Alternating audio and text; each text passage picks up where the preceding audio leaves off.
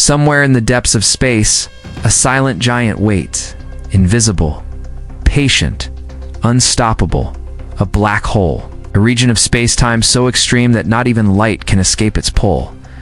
It does not burn, it does not explode, it simply consumes. Stars, gas, radiation, time itself bends around it. Now imagine the unthinkable. Humanity discovers a way to destroy one, not avoid it, not orbit it, not study it from afar, but erase it from existence. What would actually happen if we destroyed a black hole? To destroy a black hole, we must first understand what it is. A black hole is not an object in the traditional sense. It is a gravitational boundary, a region where matter has collapsed into an infinitely dense point known as a singularity, surrounded by an event horizon. On inside that horizon, escape is impossible. So destroying a black hole would not mean shattering a surface or detonating a core. It would mean dismantling a distortion of space-time itself. The scenario assumes something extraordinary. A civilization advanced enough to manipulate extreme energy, to harness forces comparable to stars, perhaps even control quantum-scale phenomena. Only then could the question even be asked seriously. Not can we destroy it. But what would destruction even mean? In physics, black holes do not live forever. They slowly evaporate through a process known as Hawking radiation. According to theoretical physics, black holes emit tiny amounts of radiation due to quantum effects near the event horizon. Over immense time, scales, trillions upon trillions of years, they lose mass and eventually vanish. But that is natural decay. Destroying a black hole artificially would require accelerating that process. One theoretical method would involve flooding the black hole with negative energy or exotic matter. Another possibility would be extracting its rotational energy through advanced mechanisms, or feeding it energy in a controlled way that destabilizes its structure at quantum scales. This is not engineering as we know it. This is cosmic scale intervention. We would not be breaking a thing. We would be rewriting the conditions that allow it to exist. In real astrophysics, black holes are among the most stable entities in the universe. They survive stellar deaths, galactic collisions, cosmic expansion. Some supermassive black holes, like those at the centers of galaxies, contain millions or even billions of times the mass of our Sun. For perspective, the black hole at the center of the Milky Way Sagittarius Alastaris cankers the motion of an entire galaxy.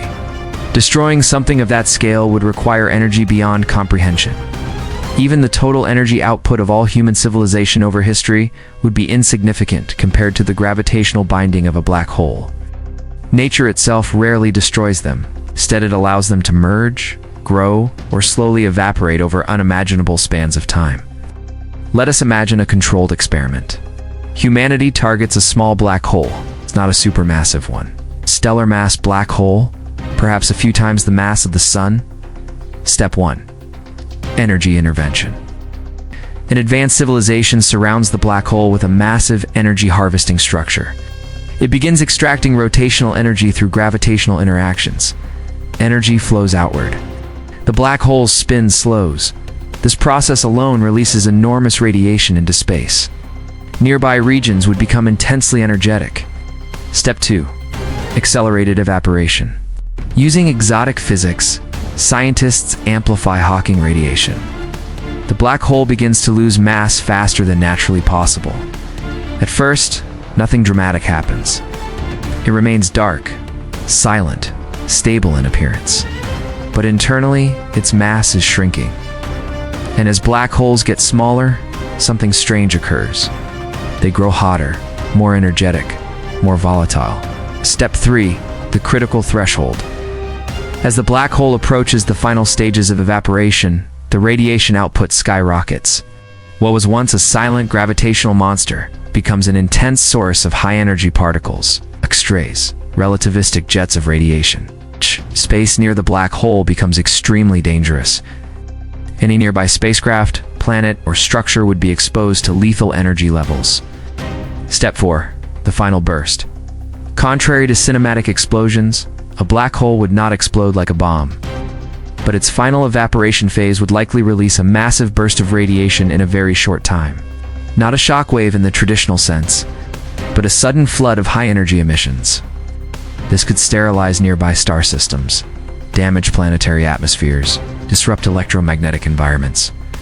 The smaller the black hole at the end, the more violent the final energy release. Step 5. The gravitational aftermath. Here is where reality becomes truly fascinating. When the black hole disappears, its gravitational influence does not suddenly yank everything inward or outward. Gravity depends on mass, not the form of that mass. If the black hole's mass had already been radiated away gradually, surrounding objects would slowly adjust their orbits over time. There would be no sudden cosmic chaos, no instant collapse of nearby stars. Instead, the region would experience a gradual rebalancing of gravitational forces. Space would relax, like tension being released from a stretched fabric. If a supermassive black hole were destroyed, the consequences would be far greater. Galaxies depend on their central black holes for dynamic stability. They influence star formation, galactic structure, orbital dynamics over millions of years. Removing one would not instantly destroy the galaxy. But over cosmic timescales, the galactic core could become less stable. Star distributions might shift. Long-term gravitational equilibrium would change. It would be less like an explosion, and more like removing the anchor of a vast cosmic system. Destroying a black hole would represent more than technological power. It would signal a civilization capable of manipulating the fundamental laws of nature at extreme scales. Black holes are not just astronomical objects, they're laboratories of physics. They contain clues about quantum gravity, information theory, the nature of space-time itself. Erasing one might mean erasing information locked beyond the event horizon, and that leads to one of the greatest scientific debates. Does information truly disappear inside black holes, or is it somehow preserved? Destroying one could answer that question, or create entirely new mysteries. Even the most advanced theoretical civilizations would face enormous barriers. Energy requirements would be astronomical. Technological precision would need to be near perfect, and the risks would be immense.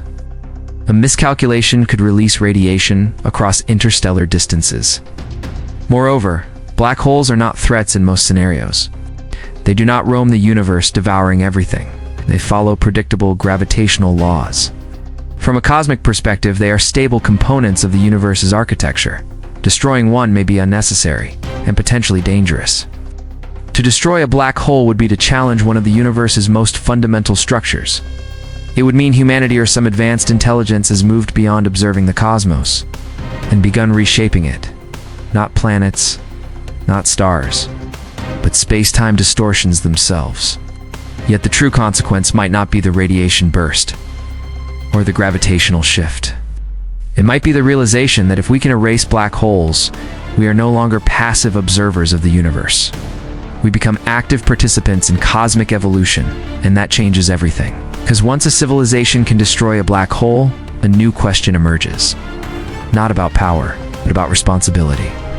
If we gain the ability to erase the universe's most extreme objects, what else could we one day choose to erase?